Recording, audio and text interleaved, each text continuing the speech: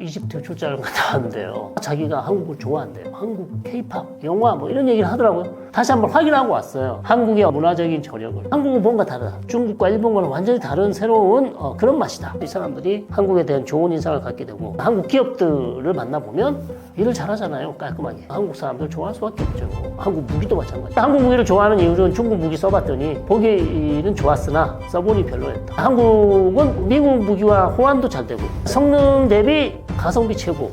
물론 중국보다는 조금 비싸겠지만 한국의 국가 브랜드 이미지가 문화만 재밌는 게 아니라 물건이나 어떤 제품이나 한국이 지어놓은 한국 건설업체도 한국이요 위에 아주 유명한 비싼 호텔이나 아파트 건물들을 다 짓고 있습니다. 중동에서 바라보는 한국은 완전 새로운 한국이에요.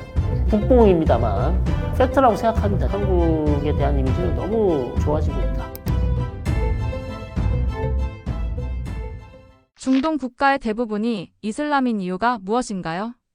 이슬람이라는 종교가 7세기부터 시작이 됐는데요. 사우디아라비아에서 시작이 됐죠. 그러다 보니 중동 지역이 어찌 보면 가장 먼저 이슬람이라는 종교를 받아들였고 가장 역사가 오래됐죠. 그러다 보니까 이 중동 지역에서 이슬람이라는 종교가 그때부터 지금까지 뿌리를 내리고 있고 여전히 사라지지 않고 있습니다. 그래서 전통적으로 중동 지역이 이슬람이라는 종교가 많이 퍼져 있는 국가고 그 다음에 이슬람이라는 종교를 믿고 있는 무슬림들이 많은 국가들이 중동 국가에 있습니다. 기원적으로 봐서도 그렇고요. 그렇다고 해서 모두가 다 무슬림이냐? 그건 아닙니다. 중동 지역에 기독교인들도 있고요. 드루지라는 또 시아파도 있고요. 종교가 없는 사람도 있고요. 다양한 사람들이 살고 있는 것이 중동이라는 것이죠. 이슬람교, 무슬림들만의 특징은 뭐가 있을까요? 어려운 주제죠. 이 이슬람과 무슬림들의 특징은 뭔가? 첫째, 이슬람과 무슬림들의 특징은 법이 중요한 사람들이다. 즉 이슬람법. 우리 기독교에서는 뭐 그렇게 법이 중요하지 않거든요. 근데 이제 이슬람이라는 종교는 종교법이 중요하고 거기에 맞춰서 살아야 된다. 그래서 이것은 되고 이것은 안 되고 이건 먹어도 되는 것이고 이건 먹으면 안 되는 것이고 입어도 되는 것이고 입으면 안 되는 것이고 해도 되는 것이고 하면 안 되는 것이고 그래서 법에 따라서 사는 사람들입니다. 그래서 그것이 이제 기존의 다른 종교들과의 가장 큰 차이점이다. 삶에 있어서 이러한 법들을 반드시 준수를 해야 된다는 거죠. 그렇지 않으면 진정한 무슬림이 될 수 없다고 생각하기 때문에 대체적으로 뭐가 있습니까? 돼지고기 먹으면 안 되죠. 그렇죠? 돼지고기가 들어간 초코파이 먹어도 안 됩니다. 라드가 들어가 있기 때문에. 라면도 안 됩니다. 돼지고기 국물로 만든 라면 안 됩니다. 그 다음에 알코올 마시면 안 됩니다. 취하지 말라 했거든요. 알코올이 묻은 의복도 입으면 안 됩니다. 자, 그래서 이런 것들을 다 지켜야 무슬림이 될 수 있는 것이고 그 다음에 또 무슬림 사회의 특징은 이슬람 종교에 대해서 너무 신랄하게 비판하면 안 돼요. 그래서 어떤 경전에 대해서 즉 꾸란이라는 무슬림들이 믿고 따르는 이 경전이 있죠. 여기에 대해서 이게 진짜 본인들이 믿고 있는 신이 주신 말씀인지 그 다음에 무함마드 이슬람에서 가장 중요한 예언자 마지막 예언자인 무함마드에 대해서 어떤 나쁜 얘기를 한다든지 무함마드를 만화에서 또 잘못 그린다든지 그 다음에 코란에 대해서 그 다음에 그 교리에 대해서 잘못됐다고 얘기한다거나 자 그런 것을 했을 때 이슬람 사회가 받아들이기 어렵다는 겁니다. 그러나 우리 기독교 같은 경우도 예를 들어서 성서 문헌 비평 이런 게 있습니다. 예를 들면 우리 신학교에 가시는 분은 다들 들어보셨을 텐데요. 성경에 나오는 내용들에 대해서 이 성경을 누가 썼을까? 그리고 마태복음은 마태가 썼겠지. 그렇지만 또 성서학적으로 이것을 분석해보면 공관복음에 대한 어떤 공관복음들이 가져온 공관복음의 기원이라고 할 수 있는 문서들이 다 있거든요. 거기서 차례대로 학술적으로, 과학적으로 얘기를 할 수 있는데, 이슬람 사회에서는 쿠란에 대해서 막, 여기서 가져왔다. 여기서 빌려왔다. 그리고 쿠란의 내용을 막 비판한다거나, 거기에 대해서 논쟁을 한다거나, 그 다음에 무함마드에 대해서 나쁜 얘기를 한다거나, 이러면 목숨이 위험해질 수 있습니다. 그러다 보니까, 이 사회에서 종교를 얘기하는 것이 너무나 어려워요. 그러니까 그렇게 되면 뭐가 문제냐면요. 종교를 개혁하기가 어렵습니다. 그러니까 6세기, 7세기 때 이슬람이라는 종교가 21세기에 과연 이슬람으로서 새롭게 태어날 수 있을까라는 게 이제 문제가 되는 것이죠. 자, 그러다 보니까 이슬람 사회에서 극단주의 양상, 우리가 잘 알고 있는 알카에다, 아이시스 이런 사람들이 등장하는 이유 중에 하나가 이슬람이라는 종교에 대해서 개혁을 할 수 있는 그런 기회를 많이 갖지 못했기 때문에. 물론 극단주의자들은 이슬람에만 있지 않죠. 다 있습니다. 기독교 극단주의자들도 있고요. 유대교 극단주의자들도 있습니다. 그러나 그 분포가, 그 활동이 차이가 나고 있고, 그러다 보니까 우리가 이슬람이라 하면 마치 다 저 사람들은 테러만 하는 사람들이다, 문제가 있는 사람들이다 라는 그런 인식을 갖고 있는데요. 그럴 필요는 없습니다만 오로지 종교로만 믿고 착하게 사는 사람들이 훨씬 많습니다. 자, 그렇지만 분명 이슬람이라는 종교와 다른 종교와에는 그 종교를 비판할 수 있는 능력 차원에서는 조금 차이가 있다. 그렇게 해서 가장 중요한 종교의 특징, 그게 아닐까 저는 그렇게 생각합니다. 그 사람들이 세습되지는 않습니다. 그것이 어떤 아버지와 아들 관계에 있어서 이어받을 수 있는 건 아닌 거죠. 그것을 따르냐 안 따르냐의 문제이기 때문에 세습되지는 않습니다만 그 사회에서 이런 극단주의 이슬람주의자들이 발생할 수 있는 환경이 있다는 거죠. 그리고 거기에 대해서 누가 아니다라고 얘기를 하면 대단히 이제 비판을 하게 되면 위험해질 수 있는 것이죠. 그러다 보니 거기에 대한 비판이 많이 나올 수 없는 것이고, 또 그런 환경이다 보니 종교 자체에 대해서 새로운 얘기를 할 수 있는 환경이 없다 보니까 이런 극단주의자들이 만들어질 수 있는 환경이 훨씬 좋은 것이죠.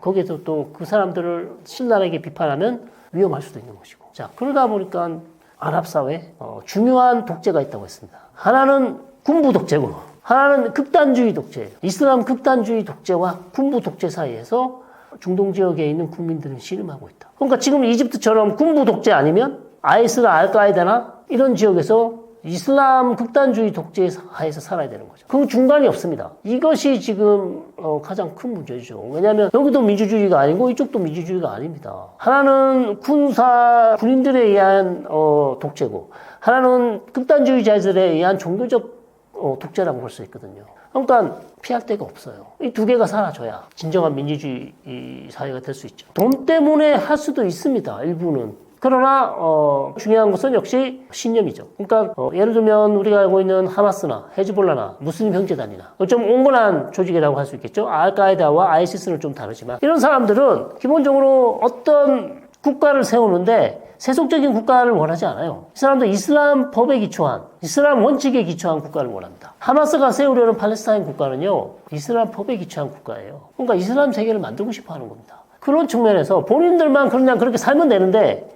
세계 자체를 그렇게 만들려고 하다 보니까 이것이 본인들의 뜻에 동의하지 않는 사람들과의 충돌을 일으킬 수밖에 없는 그런 지경이 되는 것이죠. 석유가 나오는 나라인데 왜 가난한가요? 축복이자 저주이죠. 축복은 뭐 설명할 필요가 없을 것 같고요. 저주인 것은 생산적인 다른 일을 하지 않는다는 겁니다. 땅만 파면 금이 나오는데 왜 다른 노력을 하겠습니까? 그렇죠? 대단히 논리적입니다. 상식적이고. 문제는 이제 언제까지 석유가 나올 것이며, 그리고 갑자기 사람들이 석유를 안 쓰게 되면 어떡할 것인가. 갑자기 오진 않겠죠. 석유는 계속 쓸 겁니다. 또 하나의 문제는 환경의 문제가 있죠. 네, 석유를 계속 태우면 지구의 환경이 안 좋아지니까. 그런 측면에서 이제 새로운 대체 에너지를 찾고 있는데 왜 가난한가? 사우디가 가난하다고 생각하세요? UAE가 가난할까요? 카타르가 가난할까요? 쿠웨이트 가난할까요? 빈부격차 있습니다. 그리고 왕정이잖아요. 걸프 국가들이. 왕정이다 보니까 우리 한국과 비교하면 대통령제와는 다릅니다. 본인이 결정하면 다 할 수 있어요. 웬만하면. 그런 상황이죠. 그런 상황에서 국민들을 골고루 잘 살게 하자라는 그런 생각들이 처음부터 그렇게 많지 않았어요. 최근에는 이제 그런 생각을 하게 되죠. 그러다 보니까 여러분 사우디 뭐 하면, 뭐 UAE 하면, 아랍에미리트 다 돈인데 거기 가난한 사람들이 있겠어? 그렇게 생각하시면 안 됩니다. 빈부격차 심해요. 그 동네에. 예를 들면 사우디 가보십시오. 사우디에 우버가 됩니다. 우버 해보시면 우버 기사로 나온 사람들이 인도 사람이나 파키스탄 노동자들이 아니에요. 우버는 현재 사우디에서 우버는 사우디 사람들에게만 허가를 해줬습니다. 그 사람들이 왜 그럼 우버를 합니까? 그럼 직업이 우버 기사일까요? 당연히 아닙니다. 투잡이거든요. 왜 투잡을 합니까? 돈이 없기 때문에. 그러니까 옛날에는 사우디가 기름이 진짜 많이 났을 때는 국민들에게 보조금을 엄청 많이 주면서 거의 다 뭐 룰루랄라 했겠지만 이제는 그 시대가 갔다는 겁니다. 그런 이유 중에 하나는 보조금도 줄어들었고 그 다음에 빈부격차가 있기 때문에 UAE가 이런 것들을 극복하기 위해서는 돈을 그냥 주기보다는 이제 사우디 국민들도 일을 노동을 해서 돈을 벌어야 된다는 게 지금 사우디의 정책이에요. 예. 그게 지금 바뀐 정책이고 그런 빈부격차가 이미 있었고요. 사우디나 UAE 지금도요. 저 사우디 동부나 지방을 가보시면 가난한 사람들이 많이 있고요. 결국 부의 분배가 잘 이루어지지 않고 있고 그 다음에 왕정이다 보니까 다 자기 거예요. 다 자기 겁니다. 그러니까 본인이 예를 들어서 야, 내 재산이 이래 많은데 우리 국민들 중에 저 동부에 있는 국민들이 거의 굶주리고 있다. 그러면 재산을 어떻게 분배를 해야 될 텐데 그 분배하는 게 그렇게 쉽습니까? 그냥 그 사람들 갑자기 내 돈을 갖다 주면 그 한 사람은 잘 살게 되고 나머지 사람들은 또 어떻게 할 건가? 그러니까 부를 분배시키는 게 그렇게 간단한 문제가 아닙니다. 그리고 실제로 국왕들이 거기에 그렇게 지대한 관심을 가지지 않았어요. 그러다 보니까 여전히 부의 분배가 안 되다 보니까 가난한 사람들이 여전히 있는 것이죠. 이슬람 사람들이 한국을 부러워하는 게 있을까요? 제가 지지난주 이집트 출장을 갔다 왔는데요. 그 아스완이라는 아주 카이로 남쪽에 댐이 있는 아주 시골, 완전 시골은 아니죠. 거기도 뭐 도시니까. 거기를 갔었는데 그 호텔 로비에 체크인을 하려고 하는데 이제 여권을 이렇게 해서 주지 않습니까? 여권을 카피를 해야 되니까 이제 그 여성이 딱 여권을 보더니 웃어요. 그래서 전부 다 우리 갓에 갔던 우리 교수님들이 우리를 비웃는 것인가? 우리가 만만해 보이나? 왜 웃지? 시시실 막 웃어요. 그래서 왜 저런가? 그래서 한 분이 이제 물어봤습니다. 너 왜 자꾸 시시실 웃냐? 그랬더니 그 여성이 우리 보고 일단 물어봤습니다. 한국 사람들이냐? 그래서 아이 뭐 여권에 적혀 있지 않냐? 한국 사람들이다.